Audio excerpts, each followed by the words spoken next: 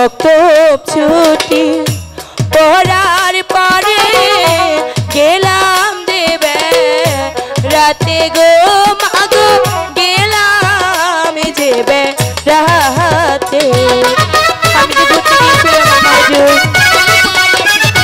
বলছি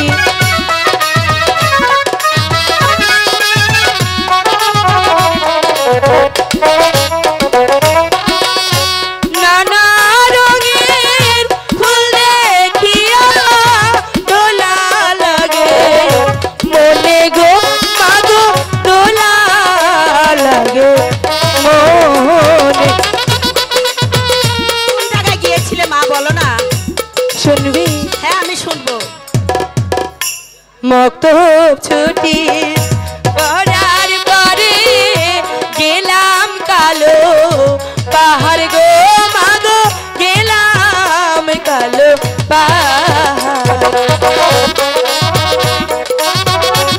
তুমি শুনেছো মা আমি কোথায় গিয়েছিলাম? বলছি তো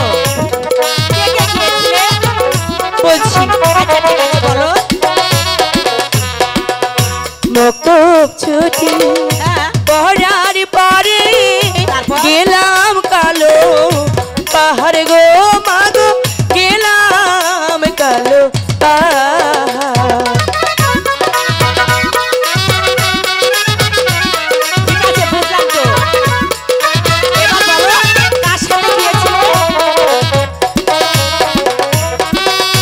বয়সেরই সাথে মাগো গেছি কালো পাহাড় গো মাগো গেছি কালো পাহাড়। কয়েসের সঙ্গে তুমি যেও না মা। কেন মা? তোমার পিতা যদি শুনে তাহলে তোমাকে আস্ত রাখবে না মা। আমি সত্যি বলছি তুমি কয়েসকে ভুলে যাও। আমি পারবো না মা, কয়েসকে আমি আমার জীবন মরণ দিয়ে ভালোবাসি। আমি কিছুতেই তাকে ভুলতে পারবো না মা, কিছুতেই না। লাইলি জবেদা, জবেদা। হ্যাঁ স্বামী। লাইলি মক্তব থেকে ফিরে এসেছে। জবেদা এসেছে ফিরে। কোথায় লাইলি? কোথায় গিয়েছে? লাইলি ঘরে বিশ্রাম করছে। লাইলি ঘরে বিশ্রাম গিয়েছে? হ্যাঁ। জিজ্ঞেস ছিল লাইলিকে যে মক্তব থেকে ফিরতে এত বিলম্ব হলো কেন? আমি জিজ্ঞেস করেছিলাম, ও নাকি কালা পাহাড়ে বেড়াতে গিয়েছিল। লাইলিকে একবার হাজির করো, আমি নিজে তাকে জিজ্ঞেস করতে চাই। ঠিক আছে আমি ডেকে আনছি। লাইলি, লাইলি, লাইলি কোথায় তুমি? আম্মা হুজুর আমাকে ডেকেছেন? আম্মা হুজুর। হ্যাঁ ডেকেছি। হ্যাঁ মা লাইলি তুমি এদিকে এসো। আব্বা হুজুর। আচ্ছা কি বলবেন আব্বা হুজুর? আচ্ছা মা লাইলি তুমি মক্তব ছুটির পর কোথায় গিয়েছিলে? আব্বা হুজুর। হ্যাঁ বলো। মক্তব ছুটি হওয়ার পর আমি যে কালো পাহাড় ঘুরতে গিয়েছিলাম আব্বা হুজুর। ও পাহাড়ে গিয়েছিলে, আমি যেটা ধারণা করেছি সেটাই ঠিক।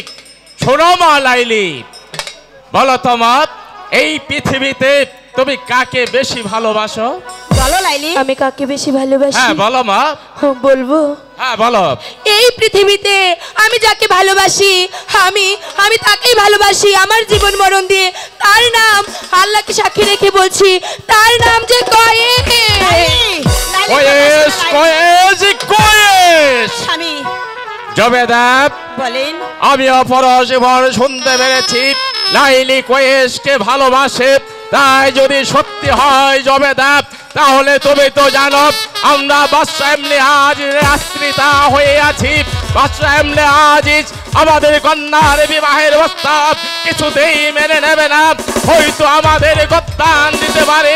তাই তো তুমি তাকে আচ্ছা করে শাসিয়ে দিও যেন কয়েসের কথা ভুলে। আমি কথা শুনে যান স্বামী, আমি দেখবো।